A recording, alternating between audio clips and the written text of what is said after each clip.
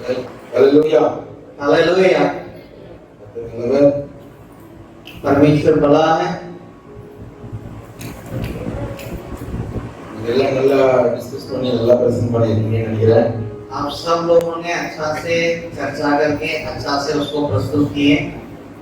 उनका discussion useful இருந்துச்சு.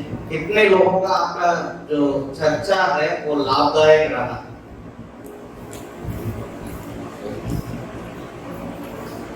Useful இருந்திருக்கு. कुछ लोगों को सचमुच में वो लाभदायक था। कुछ लोगों को तो लग रहा है कि हमें पता भी नहीं चल रहा, भैया डिस्कशन ही खत्म हो गया लेकिन अभी तक मालूम ही नहीं है क्या हुआ क्या है। कैसे भी हो परमेश्वर भला है। यही बातों को हम लोग विद्या में भी चर्चा करने के लिए दिए थे। ग्रुप डिस्कशन में वे लोग भी आप लोगों के समान कई बातों को वे लोग वहां पर चर्चा करके ले आए थे, सामने लाए थे।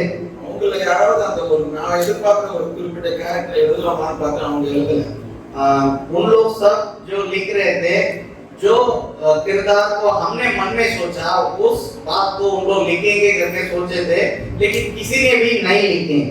शाहपुर में कम से कम कोई ना कोई लिखेगा करके बोल के इंतजार किए, वे लोग भी नहीं लिखे।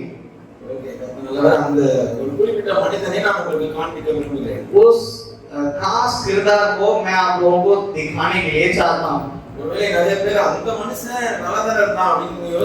शायद आप में से कोई इस किरदार के बारे में सोच सकते हैं ये तो अच्छा व्यक्ति ना था, ऐसे करके सोच सकते हैं।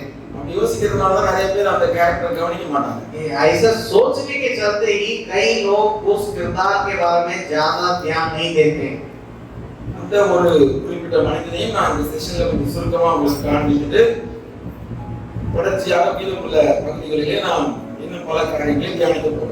उस किरदार के बारे में भी कुछ बातों का आप लोगों के बीच में रख के और लगातार उसके बारे में हम लोग विस्तार रूप में अध्ययन करने जा रहे हैं। उस मनुष्य का नाम गिदियोन।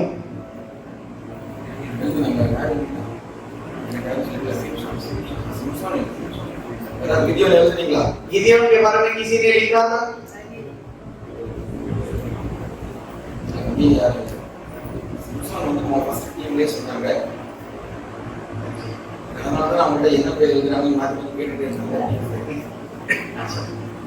गिदियोन के बारे में किसी ने भी नहीं लिखा था।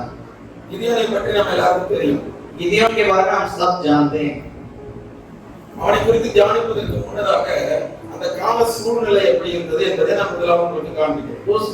उनके बारे में हम अध्ययन करने से पहले वो जिस दिन जी रहे थे उस समय का वातावरण कैसा था करके मैं आप लोगों को बोलना चाहता हूँ। ஆண்டவர் எந்த சூழ்நிலைகளில் எப்படிப்பட்ட மனிதர்களை தேர்ந்தெடுக்கிறார்,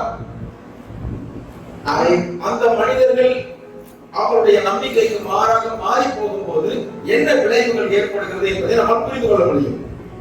जब हम उनकी बातों का अध्ययन करेंगे तब हमें समझ में आएगा परमेश्वर किस प्रकार के व्यक्ति को चुनता है और उसके द्वारा कार्य करने के समय किस प्रकार के परिवर्तन होती है करके हम समझ पाएंगे। யோசுவாவின் நாட்களுக்கு பிறகு यहोशू के दिन के बाद யோசுவா மரித்து போனார்। यहोशू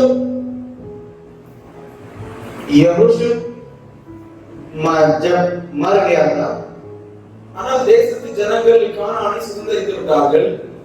लेकिन लोग जो है कानान देश को अपना लिए, अपने वश में कर लिए। எந்தெந்த கோத்திரத்துக்கு எந்தெந்த பகுதி என்று சொல்லி அவர்களால் பிரித்து கொடுக்கப்பட்டு விட்டது। किस गोत्र को किस प्रकार की जगह पर बातों को अपने वश में रखना है करके सबको अच्छा से बांटा गया है। இப்பொழுது தேசம் அவர்களுக்கு சொந்தமாகிவிட்டது। अभी देश इन लोगों के वश में आ गया। ஆனால் யோசுவா மரித்த பின்பு முழு தேசத்திற்கும் ஒரே தலைவன் இல்லை। यहोशू के मरने के बाद पूरे देश के लिए एक अगुवे, केवल एक ही अगुवे नहीं रहा। ஆகாவே ஜனங்கள் மோசே கற்பித்தபடி, மோசே தேவனுக்குள்ளாக எப்படி அவர்களை நடத்தினானோ அதன்படி வாழ்ந்து வந்தார்கள்। लेकिन लोग मूसा ने जैसे उन्हें शिक्षा दिए हैं उस प्रकार अपने जीवन को चलाया करते थे। அப்பொழுது பல நாட்கள் கடந்து ஓடுகிறது. ऐसे बहुत दिन बीत जा रहा है। நியாயாதிபதிகள் 2வது அதிகாரம் न्यायों के पुस्तक उसके दूसरा अध्याय அங்கே 10வது வசனம் उसका 10वां आयत को வாசித்து விடலாம். हम लोग पढ़ेंगे। और उस पीढ़ी के सब लोग भी अपने अपने पितरों में मिल गए। ठीक। तब उसके बाद जो दूसरी पीढ़ी हुई उसके लोग ना तो यहोवा को जानते थे और ना उस काम को जो उसने इज़राइल के लिए किया था। கர்த்தரையும் அவர் இஸ்ரவேலுக்காக செய்த காரியங்களையும் அறியாத வேறொரு சந்ததி தேசத்தில் எழும்பிற்று என்று சொல்லி நாம் வாசிக்கிறோம். जो यहोवा और उनके किए हुए कामों को नहीं जानने वाला एक पीढ़ी वहां पर आया करके हम पढ़ते हैं। யோசுவாவின் புத்தகத்தின் கடைசி பகுதியிலே யோசுவா மரித்த பிற்பாடு நெடுநாட்கள் ஜனங்கள் தேவ பக்தியிலே வாழ்ந்தார்கள் என்று சொல்லி வசனம் சொல்லுகிறது. यहोशू मरने के बाद कई एक दिन लोग परमेश्वर के साथ भक्ति के साथ जीवन बिताए करके परमेश्वर का वचन बताता है। ஆக யோசுவா அப்படி ஒரு தாக்கத்தை அந்த சமுதாயத்திற்குள் ஏற்படுத்திவிட்டு சென்றிருந்தார். क्योंकि यहोशू का प्रभाव ऐसे उन लोगों के बीच में रहा। ஆனால் காலங்கள் செல்ல செல்ல வசனம் சொல்லுகிறது தேவனையும் அவர் இஸ்ரவேலுக்காக செய்த எந்த காரியங்களையும் அறியாத ஒரு சந்ததி தேசத்தில் எழும்பிற்று. लेकिन परमेश्वर का वचन ये भी बताता है परमेश्वर को भी और उसके किए हुए भली बातों को भी जाने बिना एक पीढ़ी उत्पन्न होकर आ रहा है। ஏன் இப்படிப்பட்ட சூழ்நிலை உருவானது? क्यों ऐसा एक समय एक वातावरण आया? பல காரணங்கள் இருந்தாலும் उसके लिए बहुत सारा कारण होने के बावजूद भी காரணம் एक खास बात ये था தேசத்தில் இருந்த பெரியவர்கள் जो देश के अगुवे या प्राचीन लोग தேவன் தங்களுக்கு செய்த நன்மைகளையும் परमेश्वर उन लोगों के लिए किस प्रकार की भली बातों को किया है தேவன் தேசத்துக்கு செய்த காரியங்களையும் और परमेश्वर देश के लिए क्या किया है करके தங்களுடைய அடுத்த சந்ததிக்கு கடத்த தவறிவிட்டார்கள். वे लोग आने वाला पीढ़ी को उसको समझाने के लिए वे लोग प्रयास नहीं किए। उन लोगों ने उसको पहुंचाए नहीं। உதாரணத்துக்கு எனக்கு 2 பிள்ளைகள் இருக்கிறார்கள். उदाहरण के लिए भैया को 2 बच्चे हैं। என்னுடைய 2 பிள்ளைகளுக்கும் அவர்கள் பிறந்த நாள் முதல் கொண்டு நான் இயேசு யார் என்றோ நான் எப்படி ரட்சிக்கப்பட்டேன் என்றோ சொல்லிக் கொடுக்காவிட்டால் அவர்களுக்கு இயேசுவை குறித்து எப்படி தெரியும்?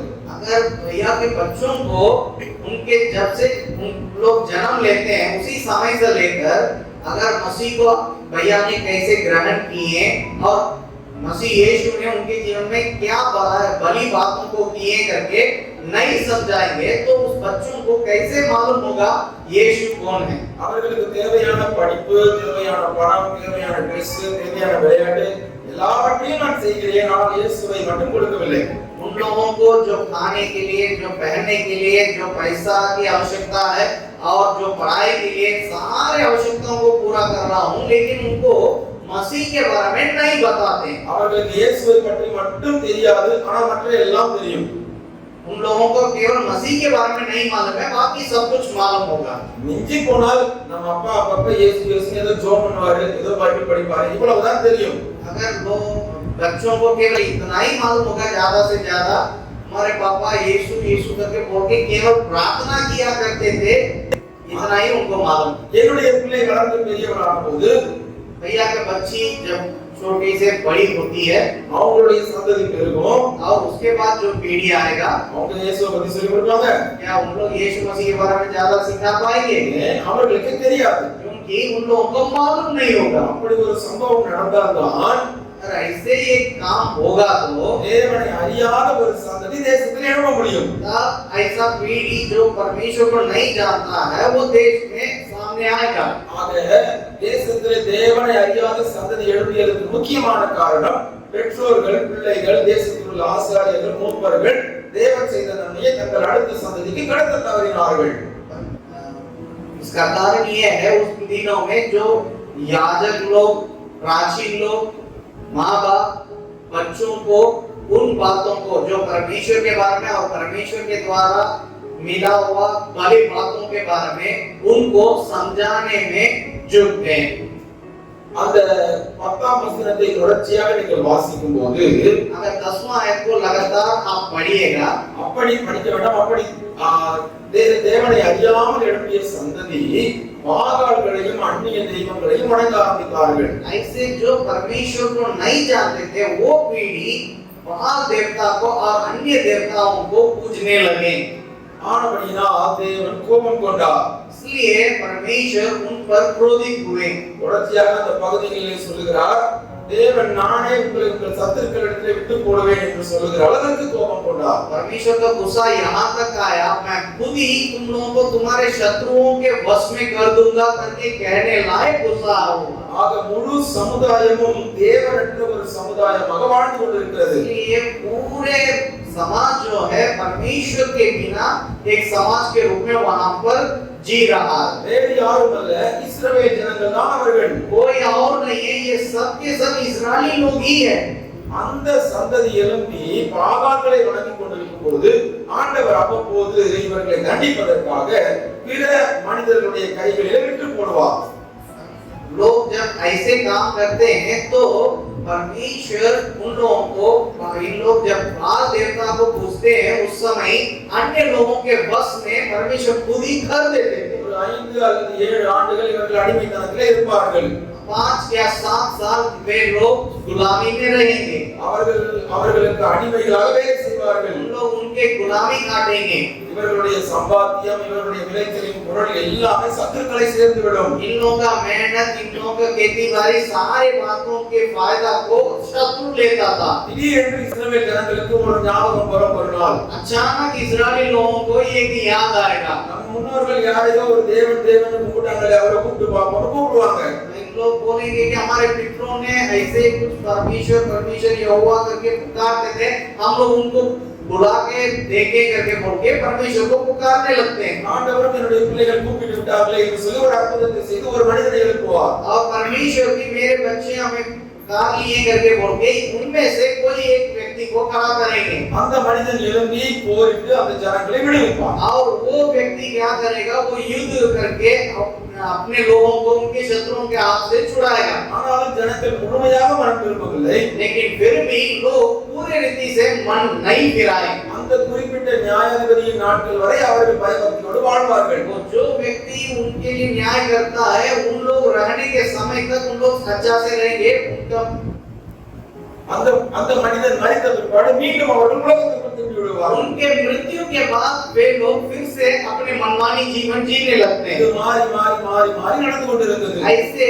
बार-बार बदल के ऐसे ही काम हुआ करता था। ஆகவே நாம் நியாயாதிபதிகளின் புத்தகத்தை ஒரு சுழற்சியின் புத்தகம் என்று சொல்கிறோம். इसलिए न्यायों के पुस्तक को एक लगातार चलने वाला एक किताब है करके बोलते हैं। பாவம் செய்வார்கள், उन लोग पाप करेंगे, அடிமைப்படுவார்கள், और गुलामी में होंगे, ஆண்டவரை நோக்கி கூப்பிடுவார்கள், परमेश्वर को पुकारेंगे, ஆண்டவர் விடுவிப்பார். परमेश्वर छुड़ाएंगे, மீண்டும் பாவம் செய்வார்கள், पाप में गिरेंगे। இப்படியே சுத்திட்டே இருக்கும். ऐसे घूमते फिरते वो कहानी चलते रहेगा। இப்படிப்பட்ட சூழ்நிலையில் தான் ऐसे वातावरण में ही இப்போதெல்லாம் ஜனங்கள் ஆண்டவரை நோக்கி கூப்பிடுகிறார்களோ, जब भी लोग परमेश्वर को पुकारते हैं, அப்போதெல்லாம் उन सब समय தேவனுக்கு பயந்து நடக்கிற, परमेश्वर के भय मानकर चलने वाला, அல்லது தேவனை குறித்து கொஞ்சமாவது அறிவு இருக்கிற, या परमेश्वर के बारे में कम से कम जो जानकारी प्राप्त किया हुआ व्यक्ति ஒரு மனிதனையோ ஒரு மனுஷியையோ ஆண்டவர் தேசத்திலே தேடுவார்.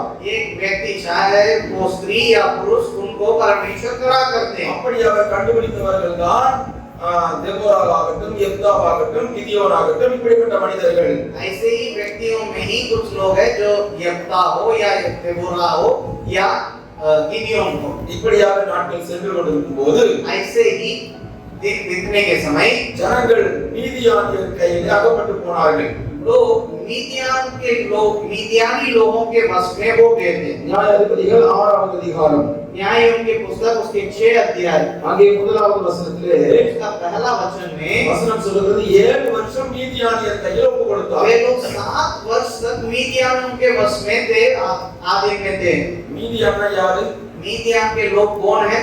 யாருக்காவது ஆன்சர் தெரியுமா? யாராவது சொல்றீங்களா? किसी को मालूम है? कोई बोल सकते हैं ये मीदियानी लोग कौन है? யார் மீதியான்? इस्राएली लोग ही हैं। इस्राएली लोग नहीं है, उसका केतुरा के बोल सकते அவங்க அப்பா யாரு? மீதியானுடைய அப்பா யாரு? हैं अब्राहम से ही केतुरा के बोल सकते வெரி குட் வெரி குட். அதான் எதிர்பார்த்தேன். கிளாப். ताली बजाकर भैया के लिए ताली बजाएंगे। சந்தேகம் இருக்கிறவங்க ஆதியாகமம் 25 அதிகாரம் 2ஆம் வசனம். जिसका संदेह है वे लोग उत्पत्ति के पुस्तक उसका 27 अध्याय उसका नहीं 25 25 अध्याय उसका 2ஆம் வசனம். दूसरा है। அங்கே ஆபிரகாம் கேத்துரால் என்கிற பெண்ணை மணம் முடிக்கிறார். அவளுக்கு சில பிள்ளைகள் பிறந்தார்கள். அதுல ஒருத்தன் மீதியான். वहाँ अब्राहम ने केतुरा करके एक स्त्री से विवाह किए थे। उनको कई बच्चे हुआ था। उनमें से एक है ये मिद्यान। அவர்களுக்கும் இஸ்ரவேலர்களுக்கும் நீண்ட காலமாக யுத்தம் இருந்து கொண்டே இருந்தது. और उन लोगों को और इस्राएलियों के बीच में लंबे समय युद्ध हुआ करता था। மீதியானியருடைய பழக்கம் என்ன என்றால் मिद्यानी लोगों की आदत क्या है? அவங்க வந்து பெருசா அவங்களை அடிமைப்படுத்தி வேலையெல்லாம் வாங்க माட்டாங்க. उन लोग इन लोगों को गुलाम बना के उनसे काम नहीं करवाएंगे। நீங்க தேசத்துல விளைய வைக்கிறத பார்த்துட்டே இருப்பாங்க. उन लोग देश में जब उन लोग खेतीबाड़ी करते हैं उसको देखते रहेंगे। அறுவடை காலம் வருதா, நாளைக்கு அறுக்க போறீங்களா, இன்னைக்கு தான் அவங்க அறுத்து போயிடுவாங்க. जब कटनी के समय जिस दिन अगर कल कटनी है तो वे लोग आज आकर उस सारे बातों को काट के ले जाएंगे। வழியில எவனா குறுக்குல வந்தானா போட்டு தள்ளிட்டு போயிட்டே இருப்பாங்க. जो रास्ता में उसको रोकने के लिए आएगा तो उसको मार डालेंगे और भाग जाएंगे। இதுதான் அவங்க மெத்தட். यही उन लोगों का तरीका था। இந்த 6ஆம் அதிகாரத்தை நீங்க வாசிக்கும் போது ये 6 अध्याय में आप पढ़िएगा तो மீதியானியருக்கு பயந்து मिद्यानी लोगों के डर के मारे இஸ்ரவேல் ஜனங்கள் கெபிகளிலும் மலைகளிலும் குன்றுகளிலும் ஒளிந்து கொண்டிருந்தார்களாம். इस्राएली लोग जो गुफा में पहाड़ में चोटी में उन लोग अपने आप को छिपाया करते थे। எந்த நேரத்திலும் அவன் வந்து தங்களுடைய உணவுப் பொருட்களை கொள்ளையடித்து சென்று விடலாம் என்பதனால் யாருமே அந்த நெல்லெல்லாம் காய வச்சு ரெடி பண்ண மாட்டாங்க. किसी भी समय में वे लोग आके यहाँ पर युद्ध करके उसको ले जाएगा, इसलिए लोग उसको कटनी को वहां पर करने के लिए प्रयास नहीं करते। அப்பொழுதுதான் இந்த கிதியோன் என்கிற மனிதனை ஆண்டவர் பார்க்கிறார். तब तो इस गिदियोन के ऊपर परमेश्वर के नजर आता है। அவன் என்ன செய்கிறான்னா ஆலைக்கு அருகாமையிலேயே போரடித்துக் கொண்டிருக்கிறான். वो वहां पर दाखरस की जो हरी जो दाखरस की बातें हैं उस जगह पे ही वहां पर वो उस कटनी को काट कर काम कर रहा था। ஏன் ஆலைக்கு அருகாமையிலே செய்கிறான் என்றால் ஒருவேளை மீதியானியர் வந்துட்டா உடனே எடுத்து தப்பிச்சிடலாம் என்பதற்காக. अगर वो क्यों वो ऐसे करता है? क्योंकि अगर वो ऐसे काम करने के समय वो मिद्यानी लोग आएंगे तो वहां से वो आसानी से भाग सकते हैं। அவன் பெரிய தைரியசாலிலாம் கிடையாது. वो बहुत ज्यादा सूरवीर तो नहीं, हिम्मत वाला तो नहीं है। பயந்தான் கொள்கிறான்.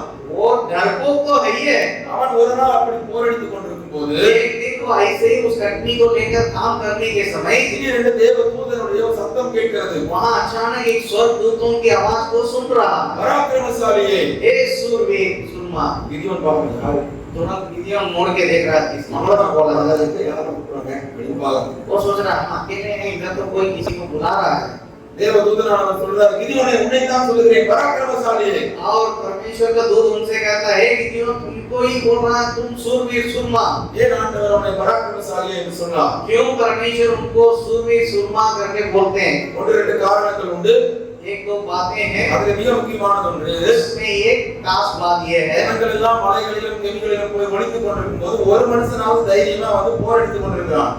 सारे लोग पहाड़ में इधर उधर जाके अपने आप को छिपा रहे हैं, लेकिन एक व्यक्ति हिम्मत के साथ वहां आके काम कर रहा है। அது மட்டுமல்ல ஆண்டவர் சொல்லுகிறார், அங்கே உன்னை கொண்டு தான் நான் இஸ்ரவேலை விடுவிக்க போகிறேன். मेरे द्वारा ही हम इस्राएली लोगों को छुटकारा देने वाला हूं। அப்பொழுது அவன் கேட்கிற வார்த்தைகளை கவனிங்கள், मिக मुख्यமானது. तब वो क्या परमेश्वर से क्या सवाल करता है वो ही बहुत खास बात है, उस पर ध्यान दीजिए। 13வது அதிகாரம் 13வது வசனம். 13वां आयत। அப்பொழுது கிதியோன் அவரை நோக்கி, गिदियोन ने उनसे कहा, என் ஆண்டவனே, हे मेरे परमेश्वर கர்த்தர் எங்களோடே இருந்தால் विनती सुन, यदि यहोवा हमारे संग होता இவையெல்லாம் எங்களுக்கு நேரிடுவானே. हम पर ये सब विपत्ति क्यों पड़ती? கர்த்தர் எங்களை எகிப்திலிருந்து கொண்டு வரவில்லையா என்று எங்கள் பிதாக்கள் எங்களுக்கு விவரித்து சொன்ன அவருடைய அற்புதங்கள் எல்லாம் எங்கே? இப்பொழுது கர்த்தர் எங்களை கைவிட்டு மீதியானியர்களில் ஒப்புக் கொடுத்தாரே என்று கேட்கிறார். और जितने आश्चर्य कर्मों को वर्णन का हमारे पूर्वों ने कहकर करते थे, क्या परमेश्वर हमको मिस्र से छुड़ा नहीं लाया? वे कहाँ रहे? अब तो यहोवा ने हमको त्याग दिया, और मिदियानों के हाथ में कर दिया है करके वो कहता है। இந்த பகுதியின் ஆரம்பத்திலேயே நான் சொன்னேன், தேசத்திலே தேவனை அறியாத ஒரு சந்ததி எழும்பி இருக்கிறது. इस वचन के आगे के जगह से मैंने आपको बताया एक पीढ़ी ऐसा खड़ा हुआ जो परमेश्वर की जानता तक नहीं है। அந்த சந்ததி தேவன் இஸ்ரவேலுக்கு தங்கள் செய்த எந்த காரியத்தையும் அறிந்திருக்கவில்லை. उस पीढ़ी को परमेश्वर इस्राएल के लिए क्या-क्या भला किए हैं उसके बारे में कोई जानकारी नहीं रखा। இங்கே கிதியோன் சொல்கிறான், எங்களுடைய பிதாக்கள் எங்களுக்கு சொல்லி இருக்கிறார்களே, எகிப்திலிருந்து எங்களை விடுவித்து கொண்டு வந்த தேவன் எங்கே என்று கேட்கிறான்.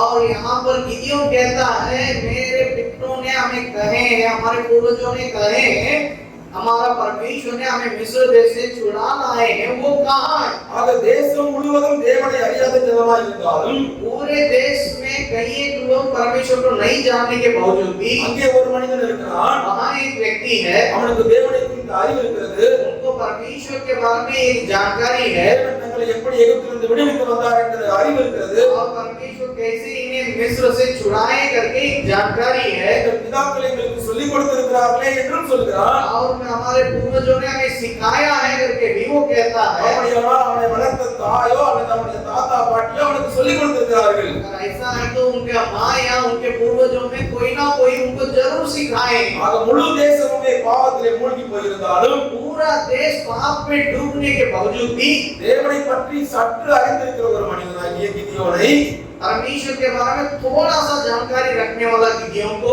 தேவன் ஒருவர் இருக்கிறார் என்றதான உணர்வுள்ள கிதியோனை परमेश्वर करके ये कोई है करके जो जानकारी रखने वाला गिदियोन को ஆண்டவர் தேடி வருகிறார். परमेश्वर खोज के चला है। உங்களையும் என்னையும் ஆண்டவர் அப்படி பார்த்தபடியினால்தான் நம்மையும் அவர் தேடி வந்திருக்கிறார். आपको और हमको भी परमेश्वर ऐसे देखने के चलते ही हमें भी खोज कर परमेश्वर आए। முழு தேசமும் பாவத்தில் இருந்தாலும் என்னுடைய பிள்ளைகள் எனக்காக எழும்புவார்கள் என்ற நம்பிக்கை இருந்தபடியினால்தான் உங்களையும் என்னையும் அவர் தேடி வந்தார் ஒரு நாளிலே. पूरा देश पाप में डूबने के बावजूद भी मेरे बच्चे हैं, हम उन लोग परमेश्वर की बातों में उठकर आएंगे करके उन लोग देश को छुड़ाएंगे करके विश्वास के चलते ही परमेश्वर आपको और हमको खोज कर आ रहे हैं। ஆக கிதியோனுடைய சமுதாய சூழ்நிலை ஏற்றதாக அவனுக்கு இருக்கவில்லை. इसलिए गिदियोन का जो वातावरण है वो उनके लायक नहीं था।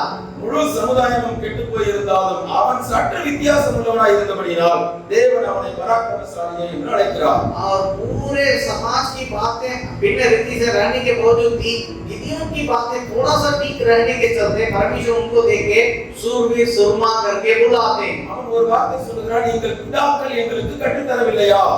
उन्होंने एक बात उनको कहता, हमारे पूर्वजों ने हमसे कहा नहीं है क्या?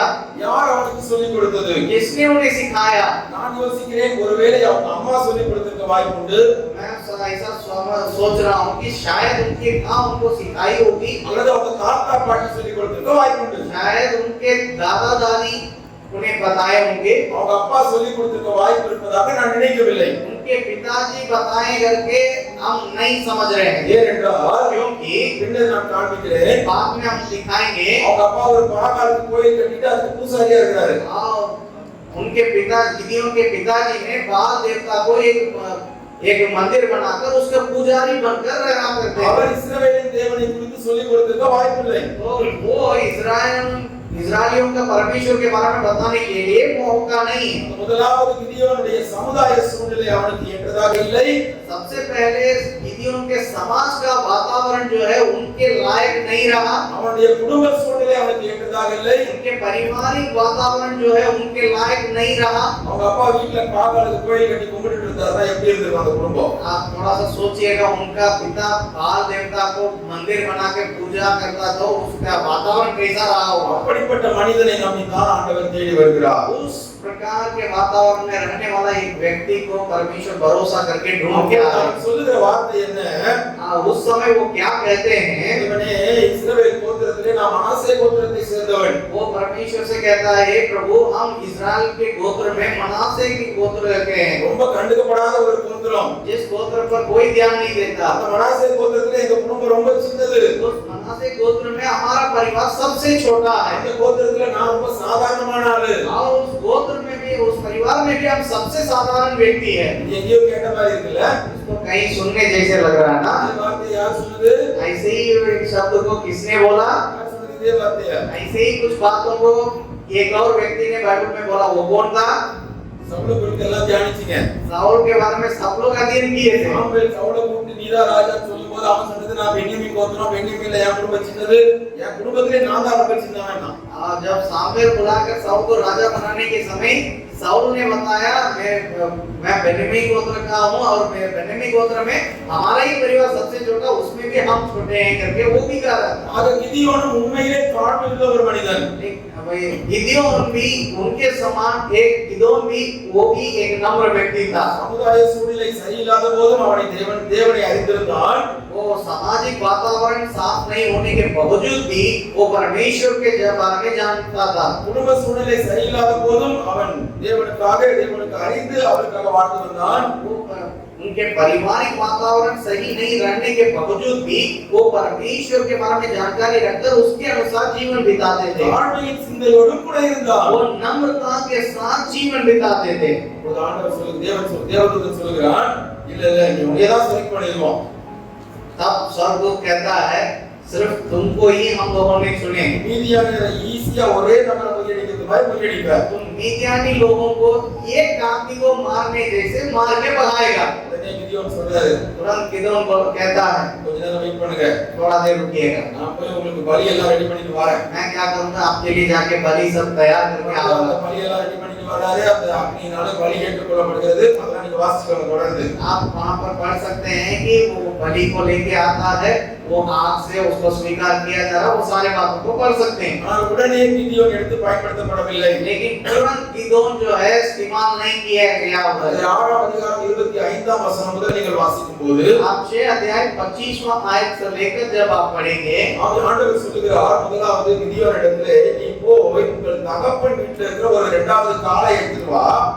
परमेश्वर गिदोन से कहते हैं तुम अपने पिता के घर में जो दूसरा बैल है उसको लेके आना। எடுத்துட்டு உங்க அப்பா கட்டி வச்சிருக்கிற பாகால் பலிபீடத்தை நீ எடுத்து என்ன பண்ணணும், கதர் தெரிய வேண்டும். मेरे पिताजी ने जो बाल के लिए जो बलिदान चढ़ाने के लिए मेज बनाया वो सब बातों को छोड़ डालो। கட்டளையை கொடுத்தது ஆண்டவர். और इस आज्ञा को परमेश्वर ने दिया பராக்கிரமசாலி என்று வேறு சொல்லிவிட்டார். और सूरवीर सुरमा करके भी बोल दिए, உன்னை கொண்டுதான் இஸ்ரவேலை ரட்சிக்க போகிறேன் என்று சொல்லிவிட்டார். और तेरे द्वारा ही इस्राएलियों को उद्धार करूंगा करके बोल दिए, உன் மூலமாகத்தான் மீதியானியர் மேற்கொள்ளப்பட போகிறார்கள் என்று சொல்லிவிட்டார். और तेरे द्वारा ही मिद्यानी लोगों के ऊपर विजय होगा करके बता दिया गया। இப்பொழுது கிதியோனுக்கு கட்டளை கொடுக்கப்படுகிறது, நீ அந்த பாகால் பலிபீடத்தை மட்டும் தகர்க்க வேண்டும். अभी गिदोन को कहा जा रहा है कि तुम उस बाल की बलिदान के स्थान को तुमको तोड़ डालना। உடனடியாக கிதியோன் நேரடியாக சென்று பாகால் பலிபீடத்தை அடித்து உடைத்து விடவில்லை. तुरंत वो जाके वहां पर जो बलिदान चढ़ाने वाला जगह को वो तोड़ नहीं डाला। அவன் முதலிலே செய்த வேலை, वो सबसे पहले क्या किया, தன்னோடு கூட ஒரு 10 பேரை சேர்த்து கொண்டான். वो और 10 लोगों का अपने साथ ले लिया।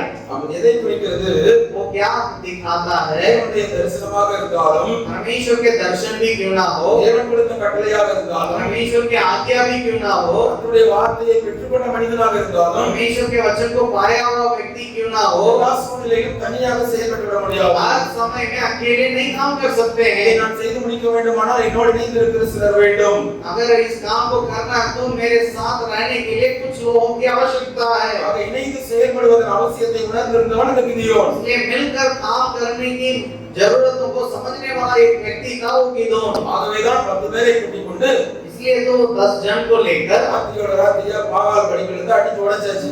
रात के रात वो जाकर सारे बलिदान की जगहों को तोड़ डाला। ஆண்டவர் சொன்ன மாதிரி காளையை வந்து பலி கொடுத்தாச்சு. वो ऐसे ही बैल को जो परमेश्वर ने मांगा उसको भी बलि चढ़ा दिया।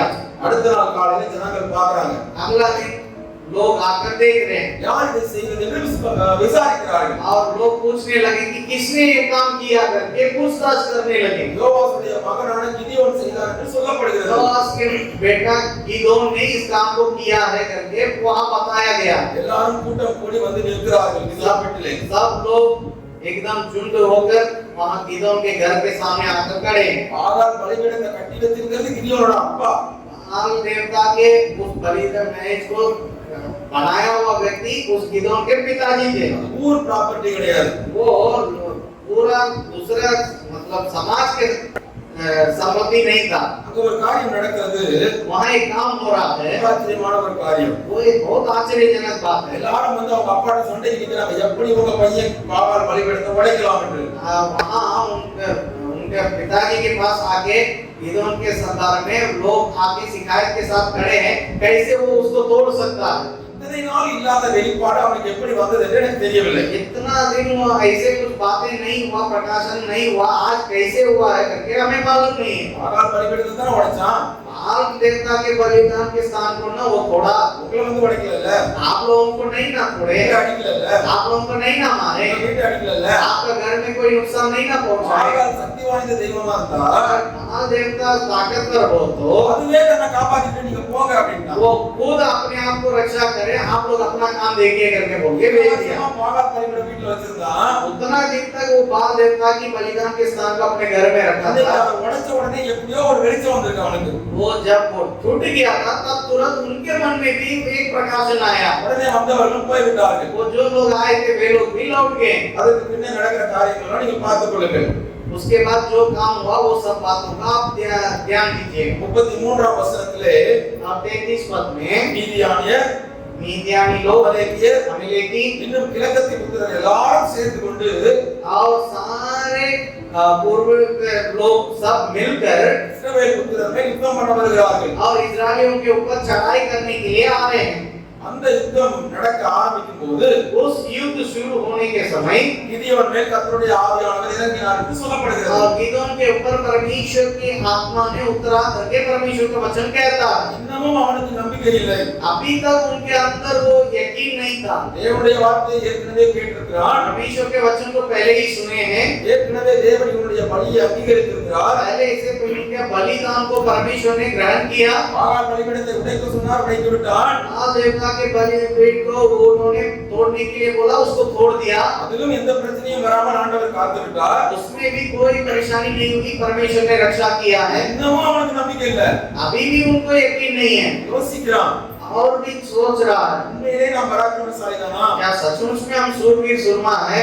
ஒரே ஒரு அடையாளத்தை காட்டுங்களேன். वो परमेश्वर से मांग रहा है, एक चिन्ह को दिखाएं। அந்த 6ஆம் அதிகாரத்தின் பிற்பகுதியில் நீங்கள் வாசித்துக் கொள்ளுங்கள். वो 6 अध्याय के अंतिम भाग में आप उसको पढ़ सकते हैं। தேவனும் அவனுடைய வார்த்தையை கேட்டு அவனுக்கு கேட்ட மாதிரி ஒரு அடையாளத்தை கொடுக்கிறார். और परमेश्वर भी वो जो मांगा है उस प्रकार एक चिन्ह को उन्हें दिखाते हैं, ஏனென்றால் தேவன் இவனை தான் நம்பி இருக்கிறார். क्योंकि परमेश्वर उन पर ही निर्भर पर भरोसा रखे। கிதியோனே, உன்னை கொண்டு தான் நான் தேசத்துக்கு ரட்சிப்பை கட்டளையிட விரும்புகிறேன். हे गिदोन, तेरे द्वारा ही इस देश को उद्धार को मैं करने जा रहा हूं। ஆக நீ மீண்டும் மீண்டும் என்னை அடையாளத்தை கேட்டாலும் நான் காட்டுவதற்கு ஆயத்தம் என்று சொல்லி தேவன் இங்கே பொறுமையா இருக்கிறார். ये तो कितने बार भी हमसे चिन्ह मांगो, मैं उसको दिखाने के लिए तैयार हूं करके धीरज करता है। கிதியோனுடைய ஆரம்பமும் ஆச்சரியமான ஆரம்பம். इसलिए गिदोन के जो शुरुआत है वो भी आश्चर्यजनक शुरुआत थी। அவன் தன்னை தாழ்மையாக நினைத்தாலும் वो अपने आप को नम्र भी सोचे, தேவன் அவனை பெரிய வேலைக்காக தெரிந்தெடுத்திருந்தார். लेकिन परमेश्वर उनको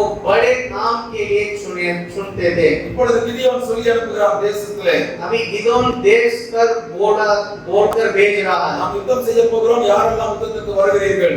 हम लोग युद्ध करने जा रहे हैं, जो कोई युद्ध में चलने के लिए चाहते हैं वे लोग आए। திரளான கூட்டம் கூடி வந்து விட்டது. वहाँ बहुत सारे लोग मिलकर चलाए। கிதியோனுக்கு இப்போ ஒரே சந்தோஷம். अभी गिदोन को बहुत खुशी हुई। ஒரு யுத்தத்துக்கு போகணும்னா என்ன வேணும்?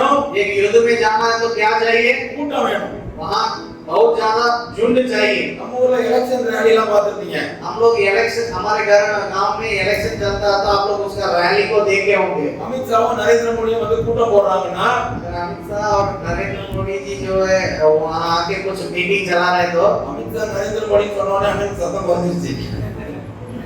ஓகே, பரவாயில்ல.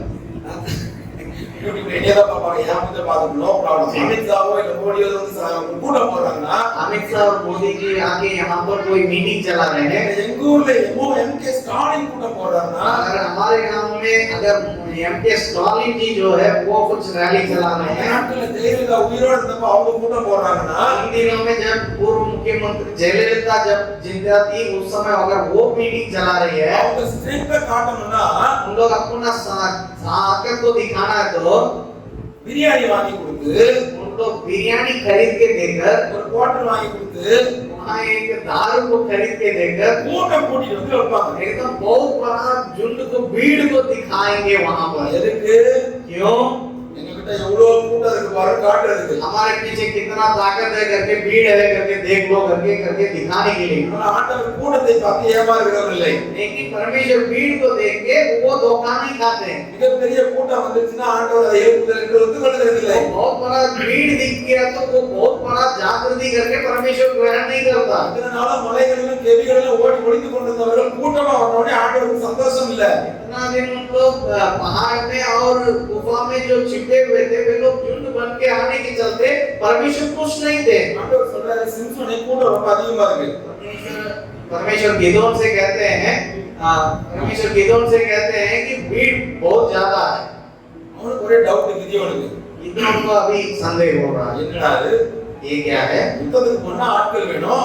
युद्ध में जाना तो भीड़ चाहिए। யாராவது யுத்தத்துக்கு போறது யார் வந்தாலும் வாங்க கூட்டு தான் போவோம். जो भी युद्ध में आने के लिए आ रहा है तो हम लोग चलिए चलते हैं करके लेके ना जाएंगे। இந்த கூட்டம் நிறைய இருக்குன்னு சொல்றாரு.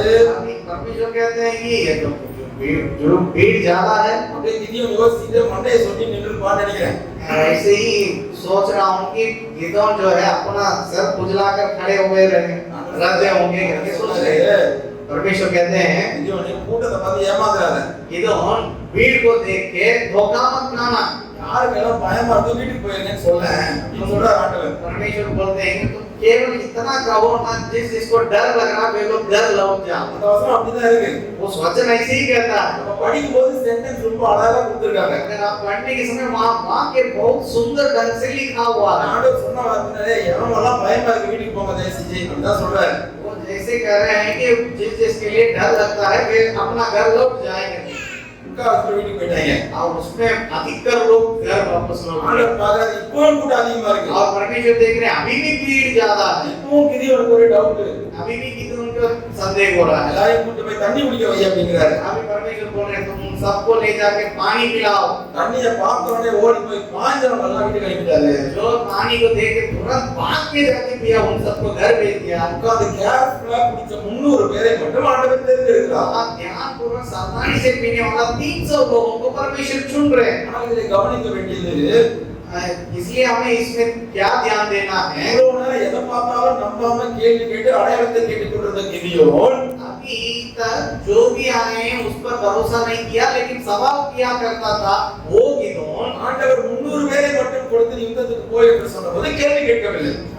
परमेश्वर कहते हैं केवल 300 लोगों को देखकर इन्हीं लोगों के साथ तुम जाके युद्ध करो, तो कोई सवाल नहीं किया। ஆக படிப்படியாக அவன் முன்னேறி கொண்டிருக்கிறான். तो लगातार वो कदम बाई कदम आगे बढ़ रहा। ஆவிக்குரிய வாழ்வு வளர்ந்து கொண்டிருக்கிறது. वो उनके आत्मिकता में वो बढ़ते जा रहे हैं। சந்தேகம் எல்லாம் முற்றிலும் மாறிவிட்டது. अभी संदेह सब खत्म हो गया। தேவனை முற்றிலும் சார்ந்து கொண்டான். वो परमेश्वर पर निर्भर हो गए। நியாயப்பிரமாணத்திலே சொல்லி இருக்கிறது, और व्यवस्था में ये लिखा है ஒருவன் ராஜாவாக வருவானானால் अगर कोई राजा बन के आएंगे அவன் தனக்கு अनेक குதிரைகளை சேர்த்துக் கொள்ள வேண்டாம். वो अपने लिए बहुत घोड़ों पर नहीं कमाना है। என் வார்த்தையின் மேல் நம்பிக்கை வைத்து போனால் அவனுக்கு வெற்றி वो கிடைக்கும். परमेश्वर के वचन पर भरोसा करके जाएगा तो वो विजय पाएगा। அந்த வார்த்தைகள் ஒருவேளை கிதியோனுக்கு ஞாபகம் वो வந்திருக்கும். बातें शायद गिदोन के अंदर ही याद आया होगा। ஆண்டவருடைய திட்டத்துக்கு முற்றிலுமாய் ஒப்புக் கொடுக்கிறார். और परमेश्वर की योजना के लिए वो संपूर्ण रीति से समर्पण करता है। பல நிலைகளிலே ஆவிக்குரிய ஜீவியத்தில் முன்னேறி விட்டான். वो कई एक कदम आत्मिक बातों में बढ़ चुका है। ஆண்டவரோடு நன்கு நெருங்கி விட்டான். वो परमेश्वर के साथ रिश्ता में और घनिष्ठ रिश्ता में आने लगा। ஆக 300 பேர் ஆயத்தமாக இருக்கிறார்கள். इसलिए 300 लोग अभी तैयार हैं। அந்த 300 பேரையும் 3 டீமா பிரிச்சாச்சு. वो 300 लोग अभी 3 झुंड में काटा गया। அன்றைக்கு ஆண்டவர் சொல்லுகிறார், நான் மீதியானியுடைய சேனையை உன் கையில ஒப்புக் கொடுத்து விட்டேன். परमेश्वर उनसे कह रहा था उन दिनों में मीदियान के सेना को मैं तुम्हारे हाथ में सौंप दिया। ஒருவேளை உனக்கு இன்னும் உறுதி வேணும்னா நீ யாரையாவது கூப்பிட்டு அந்த பாளையத்துக்கு போய் பாரு என்று சொல்லுகிறார். अगर तुम्हें संदेह लग रहा तो किसी ना किसी को लेके उन लोगों के छावनी में जाके देखो करके बोले। ஆண்டவர் செய்கிற காரியத்தை சற்று யோசித்து பாருங்கள். परमेश्वर क्या करते हैं उसको थोड़ा सा देखिए। கிதியோன் தன்னுடைய வேலைக்காரனாகிய சேராவை கூட்டிக் கொண்டு மீதியானியுடைய பாளையத்துக்கு போகிறார். गिदोन जो है अपने सेवक को लेकर उस मीदियान की छावनी में जाता है। அந்த நேரம் பார்த்து மீதியானியுடைய 6 பேர் 2 பேர் தூங்கிட்டு இருந்தாங்க, எதிர்த்து உட்கார்ந்தாங்க. वहां पर जो मीदियान के सेना में जो 2 जन थे वे लोग जाके बैठे हुए। ஒரு ஒருத்தன் சொல்றான் நான் ஒரு சொப்பனம் கண்டேன். एक कहता है दूसरा से मैं एक सपना देखे। அவன் சொல்றான் டேய் என்னடா நடுராத்திரி 1 மணிக்கு எழுப்பி சொப்பனம் கண்டேங்கற என்ன கண்ட சொல்லு. वो पूछ रहा है ये आधी रात में तुम जगा के बोल रहे सपना देखे क्या देखा बताओ। பெரிய அப்பம் உருண்டு வந்தது. वो एक बड़ा रोटी चल कर आया। அந்த அப்பம் நம்முடைய கூடாரத்தை நொறுக்கி போட்டது. वो रोटी हमारा वो तंबू को नष्ट कर दिया। இதுதான் சொப்பனம். यही सपना थी। இன்னொருத்தன் சொல்றான் உடனே दूसरा एक कह रहा है கிதியோனுடைய அப்பமே அல்லாம வேற இல்ல என்று சொல்லுகிறான். ये गिदोन के रोटी से और कुछ नहीं है। கிதியோனை அவர்கள் பார்த்தது கூட கிடையாது. गिदोन को वे लोग कभी नहीं देखे हैं। நல்லா கவனிங்க. ध्यान से सुनिएगा। இன்னும் கிதியோன் யாருன்னு முழு இஸ்ரவேல்ல கூட நிறைய பேருக்கு தெரியாது. गिदोन कौन है करके पूरे इस्राएल में भी कई लोगों को मालूम ஆனா नहीं है। சத்ருவின் பாளையத்தில் இருக்கிற மீதியானிய தேசத்து சேனையில் ஒரு மனுஷன் சொல்றான் கிதியோனுடைய அப்பம் என்று சொல்லி. लेकिन शत्रुओं के छावनी में रहने वाला एक व्यक्ति कह रहा है ये गिदोन का है करके। நம்ம எவ்வளவு பெரியவங்க என்றது சத்ருவுக்கு தெரியும். हम लोग कितना बड़े हैं करके शत्रु जानता है। நமக்கு தெரியாம இருக்கலாம். भले हमें मालूम नहीं है। நாம் எத்தனை பலசாலிகள் என்று நமக்கு தெரியாம हम இருக்கலாம். कितना बलवान है करके हमें मालूम नहीं है। நம்முடைய அபிஷேகம் எப்படிப்பட்டது என்பது நமக்கு தெரியாமல் और இருக்கலாம். अभिषेक कैसा है करके शायद हमें नहीं मालूम நாம் होगा। பெற்றிருக்கிற பரிசுத்த ஆவியானவர் எத்தனை வல்லமையுள்ள என்பதை நாம் புரிந்து கொள்ளாமல் இருக்கலாம். अगर हमारे हम जिस पवित्र आत्मा को पाए वो कितना सामर्थ्य है करके शायद हम नहीं जानते होंगे। ஆனால் எதிரியின் சேனையில் இருக்கிற ஒரு மனிதன் சொல்கிறான் இது கிதியோனுடைய அப்பம். लेकिन ये शत्रु के छावनी में रहने वाला एक व्यक्ति कह रहा है ये गिदियोन का रोटी है। அதை கேட்ட மாத்திரத்திலே கிதியோனுக்குள் ஒரு புது பலம் வந்தது. उसको केवल सुनते ही गिदोन के अंदर एक नई ताकत। ஆண்டவர் என்ன பராக்கிரமசாலி சொல்லும்போது நான் நம்பாம விட்டுட்டேன். वो सोचा होगा कि परमेश्वर जब हमको सूरवीर सुरमा करके बोला तब मैं विश्वास नहीं किया। என்ன பத்தி எங்க ஜனத்துக்கே தெரியாது. ஆனா ஆண்டவர் சத்துருக்குள்ள என் பேரையே சொல்லி வச்சிருக்காரு. मेरे लोग भी मुझे नहीं जानते लेकिन शत्रु के बीच में मेरा नाम तो परमेश्वर बोल के रखे। உறுதி கிடைத்து விட்டது. उनका अभी यकीन हो गया। வெற்றி நிச்சயம். अभी विजय जरूर मिलेगा। உடனே வேகமா வந்து वो तुरंत वापस जल्दी लौट कर आए இன்னொரு பேருக்கு கத்தி ஈட்டி எல்லாம் கொடுத்து और 300 लोगों का हथियार देकर பட்டயத்தை கொடுத்து और हथियार तलवार को देकर இன்னொரு பேருக்கு குதிரையை கொடுத்து और 300 लोगों को घोड़ा को देकर ரதத்தை கொடுத்து और रथ को देकर போய் யுத்தம் பண்ணுங்கன்னு சொன்னா நல்லா தான் இருந்திருக்கும். जाके युद्ध कीजिए करके बोला रहता तो अच्छा ही होता। ஆனா கிதியோன் தேவ சத்தம் கேட்டு நடக்க பழகி கொண்டான். लेकिन गिदोन परमेश्वर की आवाज को सुनकर चलने के लिए सीख लिया। ஆவிக்குரிய வாழ்க்கையில அடுத்த நிலைக்கு சென்று விட்டான். वो आत्मिक बातों के अगला स्थान में पहुंच गया। அவன் எப்படி யுத்தம் செய்ய வேண்டும் என்று யோசிக்கிறான். वो कैसे युद्ध करना है करके सोच रहा है। ஆவியானவர் சொல்லுகிறார் पवित्र आत्मा कहते हैं பான एक लोटा எக்காலம் मिट्टी का बर्तन और எக்காலம் वो एक तुरी தீவெட்டி एक दीवट। அருமையான யுத்த ஆயுதம் இல்ல. ये सब बहुत बड़ा युद्ध के हथियार है ना। இப்படி ஒரு யுத்த ஆயுதத்தை கொடுத்து எடுத்துட்டு போகணும் நம்ம போவோமா? अगर ऐसा एक हथियार को देके युद्ध में जाओ करके बोलेगा तो क्या हम लोग जाएंगे? கொஞ்சம் யோசிச்சு பாருங்க. जरा सा सोचिएगा। இங்க இருந்து நான் டெய்லி சொல்ற வரைக்கும் போறேன்னு வச்சுக்கோங்க. अगर यहाँ से डेरियाम सुन भैया को जाना है करके सोचिएगा நான் எப்படி போக முடியும்? कैसे जाएंगे? ஒண்ணு அண்ணன் காரை கொடுத்தா போலாம். शायद भैया अगर गाड़ी देंगे तो जाएंगे। ஏதோ ஒரு பைக்கை கொடுத்தா கூட போயிடலாம். शायद नहीं है तो कम से कम एक बाइक दे देंगे तभी जाएंगे। பஸ் ஏத்தி விட்டா போயிடலாம். नहीं है तो बस स्टैंड में बस में चढ़ा देंगे तभी पहुंच जाएंगे। ட்ரெயின்ல ஏத்தி விட்டா கூட போயிடலாம். कम से कम ट्रेन में छोड़ देंगे तभी हम जाएंगे। நம்ம முன்னால ரெண்டு மாடு நிக்குது, அந்த மாட்டு மேல ஏறி போங்கன்னு சொன்னா எப்படி போக முடியும்? अगर सामने दो गाय वहां बांधा हुआ उसमें चढ़ के जाइए करके बोलिएगा तो कैसे जाइएगा? கொஞ்சம் யோசிச்சு பாருங்க கிதியோனுடைய நிலைமைய. जरा से सोचिएगा गिदोन का सिचुएशन को। ஒரு பானை, वहां एक मिट्टी का बर्तन है, ஒரு தீவெட்டி, एक दीवट है, ஒரே ஒரு எக்காலம். वो एक तुरी में। இத 300 பேர் எடுத்துக்க சொன்னா ये 300 लोगों को बोल रहा सब लोग पकड़ो। அவங்களும் கேள்வி கேட்க பாருங்க. और वे लोग भी सवाल ही नहीं कर रहे हैं। கிதியோன் விசுவாசத்தை நம்மால் புரிந்து கொள்ள முடிகிறது. गिदोन के विश्वास को हम समझ पाएंगे। ஆனால் கிதியோனிடம் இருந்த 300 பேர் கூட கேள்வி கேட்கவில்லை. जो गिदोन के साथ 300 लोग थे वे लोग भी सवाल எப்படி नहीं அது कर रहे। சாத்தியமானது? कैसे ये संभव हुआ? தேவ ஆவியினால் நாம் நடத்தப்படும் போது परमेश्वर के आत्मा के द्वारा यदि हम चलाए जाते हैं, பரிசுத்த ஆவியானவருடைய நடத்துதலுக்கு நாம் ஒப்புக்கொடுக்கும் போது पवित्र आत्मा की अगुवाई के लिए जब अपने आप का हम सौंपते हैं, நம்மோடு இணைந்து ஓடுகிற மனிதர்களை ஆண்டவர் அங்கே கொண்டு வருவார். हमारे हमारे साथ चलने वाले लोगों को परमेश्वर लेकर आएंगे। ஹalleluya. हालेलुया। சாத்தியமில்லாத விஷயங்களோடு கூட நம்மோடு ஜனங்கள் இணைந்து செயல்படுவார்கள். असंभव बातों के बीच में भी लोग हमारे साथ मिलकर काम करेंगे। ரகசியம் என்ன? रहस्य क्या है? நாம் தேவ ஆவியினால் நடத்தப்பட வேண்டும். हमें परमेश्वर के आत्मा की अगुवाई से चलाए जाना है। அவருடைய தரிசனத்தின்படி ஓட வேண்டும். उनके दर्शन के अनुसार हमें दौड़ना है। அவருடைய வார்த்தையை பூரணமாய் நம்பி ஓட வேண்டும். उनके वचन पर पूरा विश्वास करके दौड़ना है। கிதியோனே சந்தேகப்பட்டதானா முன்னொரு போனையை போட்டு வீட்டுக்கு போயிருப்பாங்க. गिदोन संदेह किया हुआ रहता तो 300 लोग भी सब कुछ फेंक करके भाग गए होंगे। அவர்களுக்கு தெரியும், लेकिन उन्हें मालूम है ஏதோ ஒரு பெரிய யுத்தத்துக்கு ஆண்டவர் நம்மை நடத்துகிறார் என்று சொல்லி. ये बड़े युद्ध के लिए परमेश्वर उन्हें चला रहे हैं। 7ஆம் அதிகாரம் 16ஆம் வசனத்திலிருந்து அந்த யுத்தத்தை குறித்து வாசிக்கிறோம். 7वां अध्याय 14 आयत से लेकर हम उस युद्ध के बारे में पढ़ रहे हैं। எல்லாத்தையும் வீட்டில் வாசிச்சோம். யுத்தம் நடந்தது, முடிந்து விட்டது. बाद में जाके घर में पढ़ लीजिएगा भी युद्ध हो गया और खत्म भी हो गया। மீதியானியர் எல்லாம் ஓடி போனார்கள். और मीडियम के सारे लोग जो है भाग गए। அங்கே ஒரு காரியம் இருக்கிறது. वहां एक बात देख सकते हैं। கிதியோன் யுத்தத்துக்கு போகும்போது எல்லாரையும் கூட்டிக் கொண்டு போகவில்லை. हाँ, गिदोन युद्ध में जाने के समय सारे लोगों को लेके नहीं गया। நப்தலி, ஆசேர் இன்னும் கொஞ்சம் பேரை தான் கூட்டிட்டு போனான். वो नप्तली आसेर करके केवल कुछ लोगों को ही वो ले गए। எல்லா கோத்திரத்தையும் கூட்டிக் கொண்டு போகவில்லை. सारे गोत्र के लोगों को लेके नहीं गया। இப்பொழுது மீதியானியரை முறியடித்தாயிற்று. मिद्यानी लोगों को उन लोग हरा दिए। அவருடைய ராஜாக்கள் எல்லாம் அங்கே ஓடி போகிறார்கள். उनके राजा लोग भीतर होके भाग गए।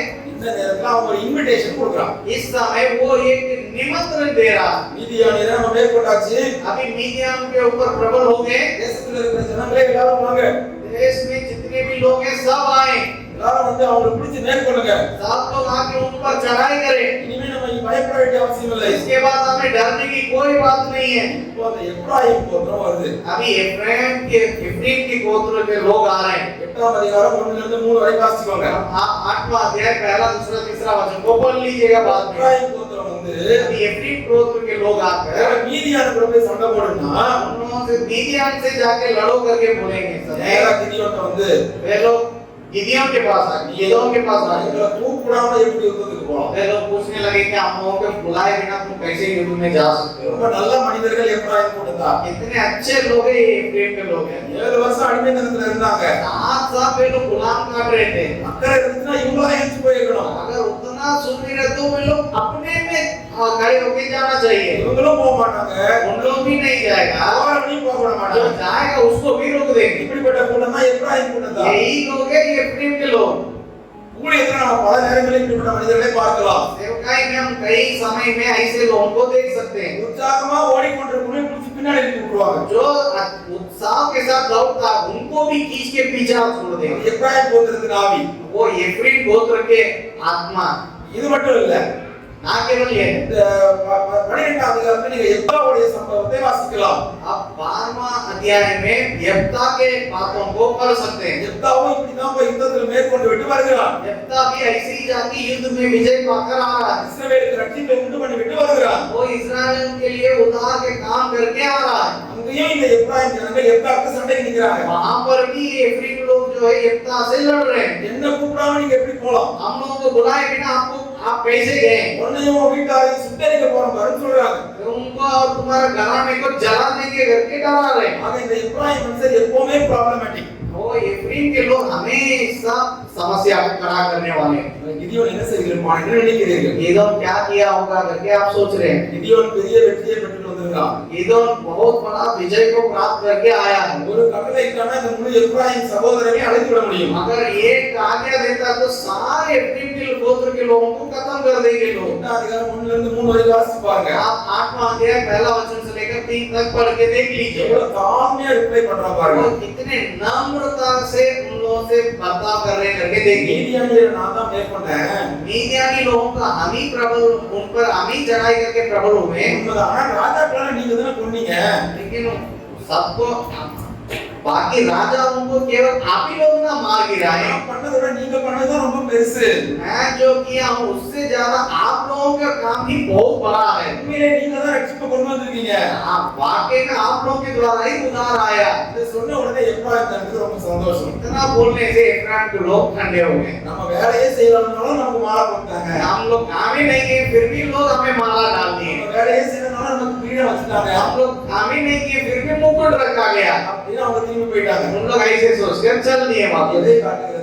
ये क्या दर्शाता है? எந்த சூழ்நிலையிலும் हर परिस्थिति में சகோதர சிநேகத்தை விரும்பியவன் கிதியோன். वो भाईचारे के प्रेम को चाहने वाला व्यक्ति था गिदोन। இது தேவன் ரட்சிப்பை கட்டளையிட்டிருந்ததால் ये परमेश्वर उद्धार को आज्ञा देने वाला एक दिन है। இன்னைக்கு போய் நான் எப்ராயிமோட சண்டை போடக்கூடாது. आज मैं जाके एफ्राइम गोत्र के लोगों से लड़ाई नहीं करना है। ரட்சிப்பின் நாளிலே நாங்கள் சண்டை போட்டுக் கொண்டால் इस उद्धार के दिन में यदि हम लड़ते रहेंगे சத்துரு மனம் மகிழ்ந்து விடுவான். और शत्रु वहां पर उस पर आनंदित होंगे। ஆக इसलिए என்ன செய்கிறான் கிதியோன்? क्या कर रहा है गिदोन? கோபமாக வந்த எப்ராயிமரை சாந்தமாக அமைதிப்படுத்தி அனுப்பி वो விடுகிறான். जितने गुस्सा से आने वाले एफ्राइम के लोगों को शांत कराकर शांति पूर्वक विदा कर रहा है। இதற்கு பின்னர் நடக்கிற யுத்தங்களை எல்லாம் நீங்கள் வாசித்துக் கொள்ளுங்கள். उसके बाद जो भी युद्ध हो रहा है वो सारे बातों को बाइबल में आप लोग पढ़ लीजिएगा। கடைசியாக அந்த முக்கியமான பகுதிக்கு உங்களை கொண்டு வர விரும்புகிறேன். अंत में उस खास जगह पर आप लोगों को लाने के लिए चाहते हैं। கிதியோன் எப்படிப்பட்டவன்? गिदोन कैसा व्यक्ति था? முழு சமுதாயமும் தேவனுக்கு விரோதமாக இருந்தபோது இவன் தேவனை அறிகிற அறிவோடு செயல்பட்டவன். पूरे समाज के लोग परमेश्वर के बारे में नहीं जान रहे हैं फिर भी ये परमेश्वर की जानकारी में बढ़ते जाने वाला एक व्यक्ति था। முழு தேசமும் கெபிகளிலும் மலைகளிலும் ஒளித்துக் கொண்டிருக்கும் போது என் ஜனத்துக்கு நான் தான் ஆகாரத்தை உண்டாக்க வேண்டும் என்று சொல்லி ஆலைக்கு அருகாமையிலே போரடித்துக் கொண்டிருந்தவன்.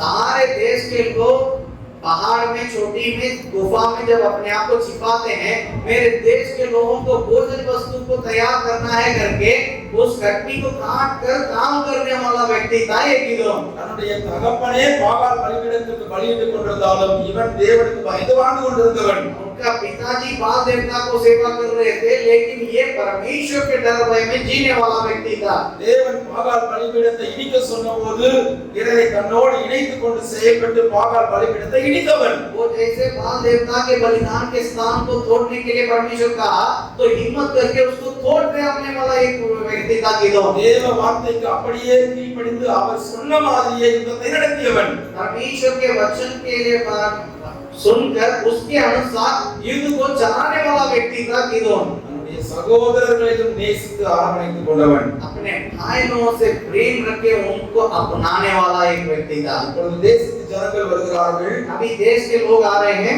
என்ன சொல்கிறார்கள்? क्या कह रहे हैं? 8ஆம் அதிகாரம் 22ஆம் வசனம் 8वां अध्याय 22वां आयत வாசித்து விடலாம்.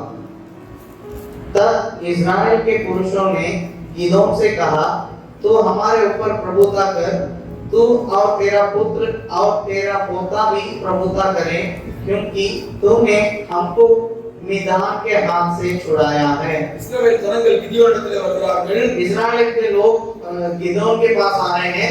இவ்வளவு நாள் நம்ம கஷ்டப்பட்டோம்.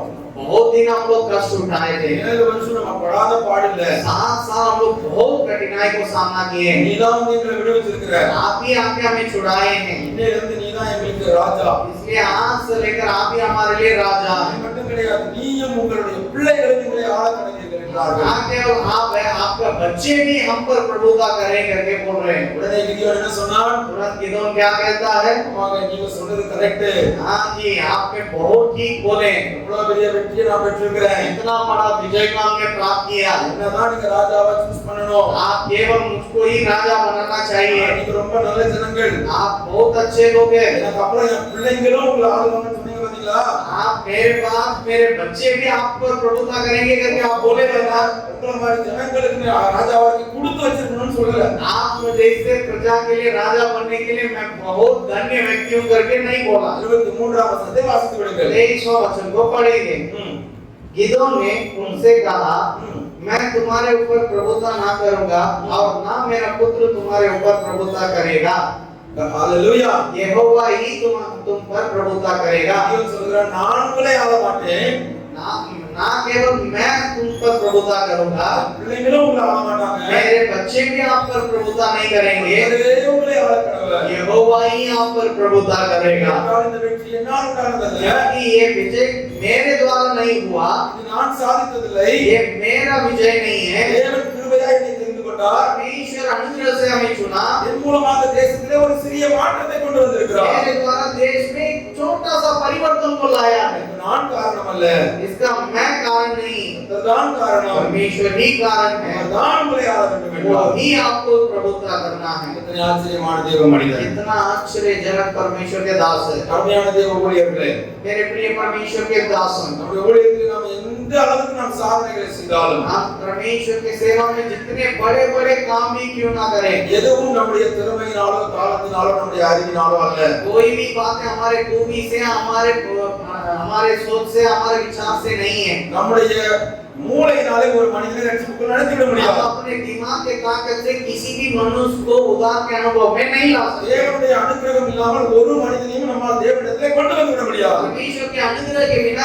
एक भी व्यक्ति को हमें परमेश्वर के पास नहीं ला सकते। இப்படி இருக்கும்போது ऐसे रहने के समय எல்லா சூழ்நிலையிலும் हर परिस्थिति में கர்த்தர் கட்டளையிட்ட சபை, ये परमेश्वर के द्वारा आज्ञा पाया हुआ கர்த்தர் कलीसिया, கட்டளையிட்ட ஊழியம், ये परमेश्वर के आज्ञा के द्वारा चलाने वाला सेवा, இதை நான் ஆளுகை செய்து விடக்கூடாது. उसको मैं प्रभुता नहीं करना है। கர்த்தரே என்னையும் என்னுடைய ஊழியத்தையும் ஆளுகை செய்ய வேண்டும். परमेश्वर ही मेरा और मेरा सेवकाई पर प्रभुता करना है। இதுதான் ஒரு சரியான தேவ மனிதனுடைய பார்வை. वो ही एक सही परमेश्वर के सेवक का नजरिया होना चाहिए। இதுவரை கிதியோனுடைய வாழ்க்கை நன்றாகத்தான் இருந்தது. अभी तक गिदोन के जीवन बहुत अच्छा चल रहा था, ஆனால் இதற்கு பின்னர் உள்ள பகுதிகளை நான் படிக்க கூட விரும்பவில்லை. इसके बाद जो बातें हैं उसको मैं पढ़ने के लिए भी नहीं चाहता। இத்தனை நல்ல தேவ மனிதன், इतना अच्छा परमेश्वर के दास, இத்தனை பெரிய சாதனைகளை செய்த ஒரு தேவ इतने மனிதன், बड़े बड़े कारनामे करने वाला व्यक्ति, தாழ்மையின் சிந்தையோடு இருந்த ஒரு தேவ மனிதன், एक नम्रता के साथ जीने वाला एक व्यक्ति,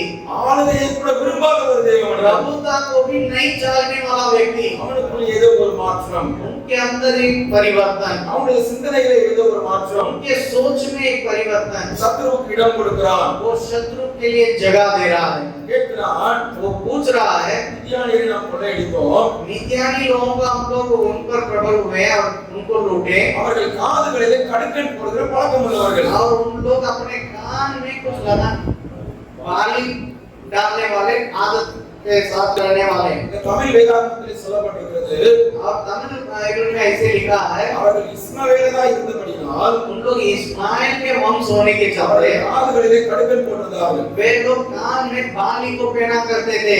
இது ஹிந்து வேதத்தில் எப்படி போட்டிருக்கு? இஸ்மவேலர் போட்டிருக்கு, கிதியோனியர் போட்டிருக்கு. इस्माइली है। 24வது அதிகாரத்திலே பின்பு கிதியோன் அவர்களை நோக்கி உங்களிடம் 8वां अध्याय 24वां आयत में, फिर गिदोन ने उनसे कहा, मैं तुमसे कुछ मांगता हूँ, अर्थात तुम मुझको अपने अपने लूट की बालियां दो। वे तो इस्माइली थे, அவர்கள் இஸ்மவேலரா இருந்தபடியால் என்று சொல்லப்பட்டிருக்கிறது. वे लोग इस्माइली थे करके लिखा हुआ है। ஆக இஸ்ரவேல் ஜனங்களை ஆளுகை செய்து கொண்டிருந்தது மீதியானியரா இஸ்மவேலரா? तो इस्राएल के ऊपर जो प्रभुता कर रहे थे वे लोग मिद्यान के लोग हैं कि इस्राएली इस्माइली लोग हैं? ஒரே குழப்பமா இருக்கு. ஆனா நியாயாதிபதிகள் 6ஆம் அதிகாரம் 1ஆம் வசனத்துல என்ன போட்டுருந்துச்சு?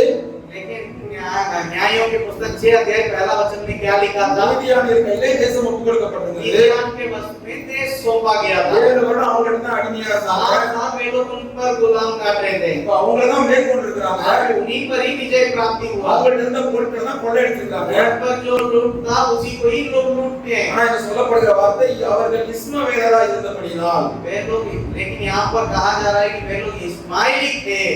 இன்னொரு காரியம் சொல்ற வீட்டுல வாசிப்பாங்க. एक और बात भी कहेंगे, आप घर में जाके पढ़ लीजिएगा। யோசேப்பை குழியில தூக்கி போட்டாங்க. यूसुफ को लोगों ने गड्ढा में डाले, அவனை தூக்கி யாரிடத்திலே விற்றார்கள்? उनको उठाकर किसके पास लोगों ने भेज डाले? இஸ்மவேலர் இருக்கும். इस्माइली करके लिखा அவனை हुआ தூக்கி है। போய் போகும்போது அவங்க மீதியானியர்களை போனான்னு இருக்கும். वे लोग ऐसे लेके जाने के समय वे लोग ரொம்ப லாஸ்டா படிக்கும்போது இஸ்மவேலர் அவனை கொண்டு வித்தாங்கன்னு இருக்கும். और अंत में पढ़ने के समय इस्माइली लोग उनको भेज डाले करके लिखा हुआ होगा। இஸ்மவேலரும் மீதியானியரும் ஒண்ணா? इस्माइली और मिद्यान के लोग एक है क्या? ஒன்று கிடையாது. एक नहीं है। அது ஏன் அப்படி கொடுத்திருக்கிறது क्यों ऐसे कहा गया அவர் है? ஆபிரகாமின் குமாரர்களா இருந்தபடினாலே अब्राहम के पुत्र होने के चलते மீதியானியர் வாழ்ந்த தேசத்திலே मिद्यानी लोग जहाँ पर जी रहे थे उस देश में இஸ்மவேலர்களும் சேர்ந்து குடியிருந்தார்கள். इस्माइली लोग भी मिलकर रहा करते थे। ஆக அவர்கள் மீதியானின் இஸ்மவேலராக இருந்தாலும் इस्माइली होने पर भी அவர்கள் மீதியானியரோடு கூட இணைந்து मिद्यान के लोगों के साथ मिलकर மீதியானுடைய பழக்கப்படி அவர்கள் வாழ்ந்து வந்தார்கள். और मिद्यान के लोगों के आदत के अनुसार जीवन बिताते। இதனை விளக்க நேரமில்லை. இந்த யோசேப்பின் காரியத்தை வாசிக்கும் போது நிறைய டிஃபரன்ஸ் பாப்பீங்க. आप यूसुफ के जीवन में जो बातों को पढ़ते हैं उसको ध्यानपूर्वक पढ़ेंगे तो कई भिन्नता को उसमें देखेंगे। இஸ்மவேலர்களுக்கும் இந்த மீதியானியருக்கும் கன்ஃபியூஸ் ஆகக்கூடாது. ரெண்டும் வேற வேற ஒரே பகுதியிலே அவர்கள் வாழ்ந்தார்கள். कहीं पर इस्माइली करके लिखा होगा, कहीं पर मिद्यानी करके लिखा होगा, उलझन में मत पड़िएगा। इस्माइली अलग है, मिद्यानी अलग है, लेकिन दोनों एक जगह पर बसते थे। இது அவுட் ஆஃப் டாபிக் உங்களுக்கு தெரிஞ்சுக்கிறதுக்காக நான் சொன்னேன். ये हमारे ध्यान अध्ययन की बात नहीं है, लेकिन आपका जानकारी के लिए बताए थे। இப்பொழுது கிதியோன் ஜனங்களை யோசிக்கிறான். अभी गिदोन लोगों के बातों को सोच रहा। மீதியானியரை பிடிச்சோம். अभी मिद्यान அவங்களுடைய பொருட்கள் எல்லாம் கொள்ளடிச்சோம். और उनके जो वस्तुओं को लूटे हैं। இதுக்குள்ள ஏதோ ஒரு சின்ன மாற்றம். अभी इनके अंदर एक छोटा सा परिवर्तन है। கேக்குறான் அந்த ஜனங்கள்ட்ட. अभी लोगों से वो मांग रहा है। கடுக்கன் போட்டுப்பாங்க. ये लोग भालियां को तो पहने थे ना, அந்த கடுக்கனை மட்டும் என்கிட்ட கொண்டு வந்துருங்களா. वो केवल वो भालियां को मेरे पास ला दीजिए। இந்த ஜனங்களும் பைத்தியக்கார ஜனங்கள். और ये लोग भी पागल हैं। அவங்க கடுக்கனை கேட்டா கடுக்கனை மட்டும் கொடுக்க வேண்டியதானே. वे लोग जो भालियां को मांग रहे हैं तो केवल भालियां को लेके அவர்கள் என்ன செய்தார்களாம்? लेकिन वे लोग क्या कर रहे थे? 25 26 वासिंग पापोம் 25 और 26 को पढ़ेंगे। उन्होंने कहा निश्चय हम देंगे। तब तो उन्होंने कपड़ा बिछाकर उसमें अपनी अपनी लूट में से निकालकर बालियां डाल दी।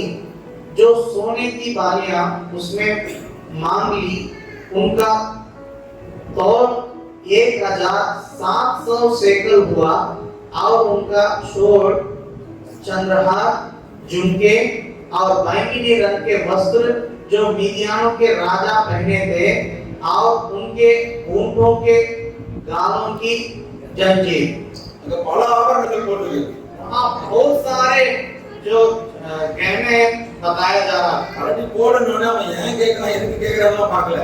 वो मांगा तो भालिया को मांगा तो क्यों मांग रहा है, किसलिए मांग रहा है करके सोचे नहीं। எல்லாத்தையும் போட்டாங்க. उन लोग जो भी था सबको डाल दिए। எல்லாத்தையும் சேர்த்து எடுத்தாங்களா கடுக்கனை மட்டும் எடுத்தாங்களான்னு தெரியல. सबको निकाले कि केवल बालिया को निकाला गया करके मालूम नहीं। அதை ஒருவேளை கிதியோன் வாங்கி தனக்கென்று விற்று ஒரு மாளிகையை கட்டியிருந்தால் கூட தவறில்லை. अगर वो उस बातों को लेकर बेचकर अगर अपने लिए महल गिदोन बना देते तब भी कोई गलती नहीं है। அல்லது அதையெல்லாம் விற்று நம்முடைய தேசத்திலே ஒரு அரண்மனை கட்டுவோம் என்று கட்டியிருந்தால் கூட தவறில்லை. तो उस बातों को बेचकर अपने देश के लिए एक राजमहल बनाएंगे करके बनाए रहते तो भी कोई गलत नहीं था। அதையெல்லாம் ஒரு ஃபண்டா மாத்தி நம்முடைய ஆர்மிக்கு ஸ்பெண்ட் பண்ணுவோம்னு சொல்லியிருந்தா கூட தப்பு இல்ல. अगर उस बातों को पैसा के रूप में बना के उसको अपने सेना को मजबूत करने के लिए इस्तेमाल करेंगे करके बोले रहते तब भी कोई गलत नहीं था। அவன் என்ன செய்தானா? लेकिन उन्होंने क्या किया था? ஆபரணங்களை வைத்து उस गहनों को लेकर ஒரு ஏபோத்தை செய்தானா. एक येबोत को बनाया।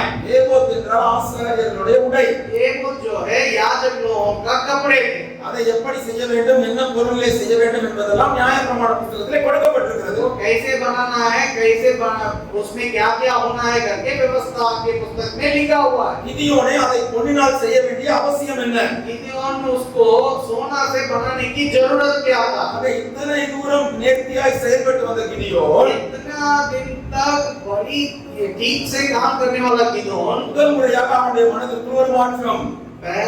ये पहले बार उनके मन में एक परिवर्तन। தான் பெற்ற வெற்றிக்காக ஒரு நினைவு சின்னத்தை அவர் உருவாக்குகிறான். जो विजय को उन्होंने प्राप्त किया उसके लिए एक यादगार को बनाना चाहता है। வருங்கால சந்ததியில் என்ன பொருளை ஏகோத் என்று கேட்கும்போது आने वाला पीढ़ी जब से ये वो जो सोना में क्यों बना हुआ है करके पूछेगा, எல்லாரும் இது கிதியோன் பெற்ற வெற்றிக்காக செய்வது என்று சொல்ல வேண்டும் என்று சொல்லி அவனுக்கு ஒரு மமதை வந்தது. सारे लोग कहना है कि ये गिदोन के विजय के चलते ऐसे बनाया गया करके बोलना है करके एक घमंड उनके अंदर आया। அதற்கு முந்தைய வசனம் வரை கர்த்தரே ஆளுகை செய்கிறவர் என்று சொன்ன கிதியோன் उनके पहले समय तक प्रभु ही परमेश्वर यहोवा ही प्रभुता करेगा करके बोलने वाला गिदोन அந்த வெற்றிக்கு பின்னால் தன்னுடைய பெயர் வர வேண்டும் என்று சொல்லி उस विजय के पीछे अपना नाम भी आना है करके யாருக்கும் தெரியாத வண்ணம் ஒரு ஆவிக்குரிய அடையாளத்தை உருவாக்குகிறான்.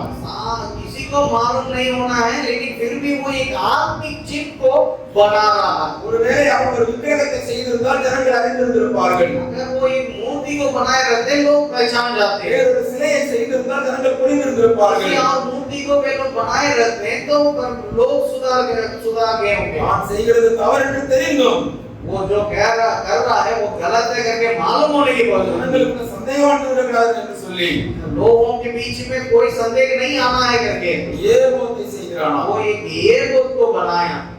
எத்தனை என்ன தெரியுமா? इसमें दुख की बात क्या मालूम है? கடந்த வசனங்களை நீங்கள் வாசித்து பாருங்கள். अगर लगातार उन वचनों को आप पढ़िएगा, ஜனங்கள் எல்லாரும் அந்த ஏகோத்தை வழிபட ஆரம்பித்து सारे लोग जो है उस एगोत को पूजने लगे। தேவனை விட்டு பின்வாங்கி போனார்கள். वे लोग परमेश्वर को छोड़ के पीछे हटने लगे। எத்தனை உயரத்திலே தேவனோடு நெருங்கிய தொடர்பில் இருந்த மனிதன் कितना परमेश्वर के साथ घनिष्ठ रिश्ता में रहने वाला एक व्यक्ति பெற்ற வெற்றியின் மூலம் ஜனங்களை தேவனிடத்தில் கொண்டு வந்து சேர்த்திருக்க வேண்டியவன் अपने विजेता के द्वारा लोगों को परमेश्वर के पास लाना चाहिए था कि ஒரு சின்ன தடுமாற்றத்தின் மூலமாக एक छोटे से परिवर्तन के चलते ஜனங்களை தேவனிடத்தில் சேர்க்காமல் लोगों को परमेश्वर के पास नहीं पहुंचाया। அவன் தன்னிடத்திலே சேர்க்க முற்பட்டபடியினால் वो अपने पास में उन लोग अपने वश में करने के लिए कोशिश करने के चलते இந்த வசனம் சொல்கிறது. उस वचन कहता है 27வது வசனத்திலே 27वां पद में அதை தன் ஒப்ராணிகளை வைத்தான்.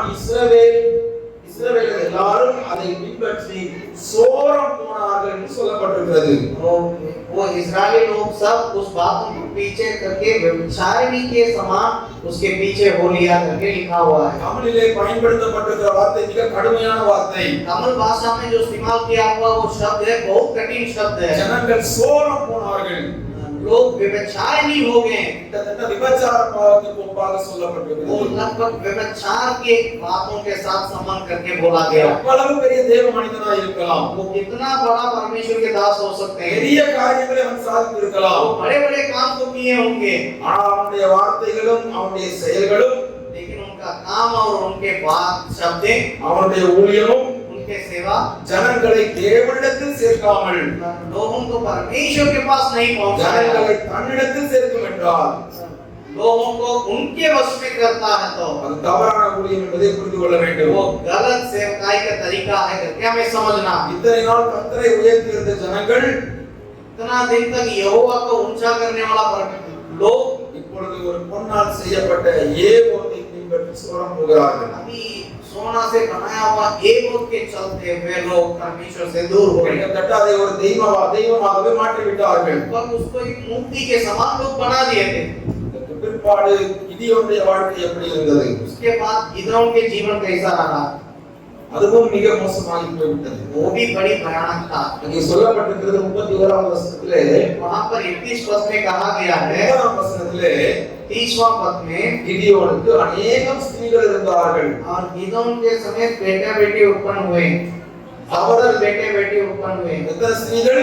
उनके बहुत सी स्त्रियां थी। There is no numbers.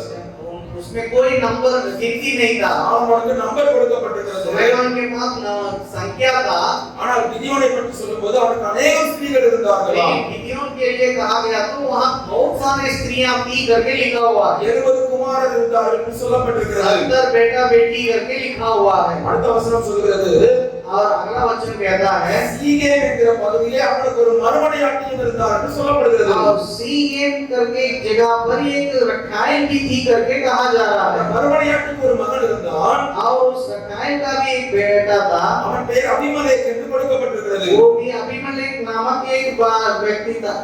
अबीएजर Abimelech என்று கொடுக்கப்பட்டிருக்கிறது. उसके अबीएजर करके, தமிழிலே அபிமெலேக் என்று கொடுக்கப்பட்டிருக்கிறது. हिंदी में अबीएजरियों करके लिखा हुआ है।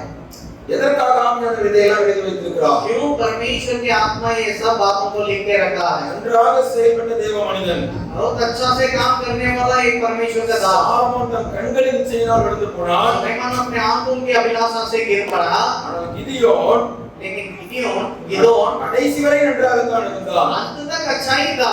ஆனால் இதற்கு மேல் தான் அவன் ஜனங்களை நேர்த்தியாக நடத்திருக்க வேண்டும். इसके बाद ही उन्हें लोगों को और सीधे मार्ग में ले चलना था। தனக்கு ஒரு பெயர் கிடைக்க வேண்டும் என்று அவன் யோசித்தபடினாலே जब अपने लिए एक नाम होना है करके वो सोचने के चलते அவனும் விழுந்து போனான். वो भी गिर पड़ा ஜனங்களையும் தவறாக நடத்தி விட்டான். और लोगों को भी गिरावट में ले गया। அந்த அதிகாரத்தை தொடர்ந்து வாசித்து பாருங்கள். आप उस अध्याय को लगातार पढ़ के देखिएगा। கிதியோனுக்கு அநேகம் ஸ்திரீகள் இருந்தார்கள்.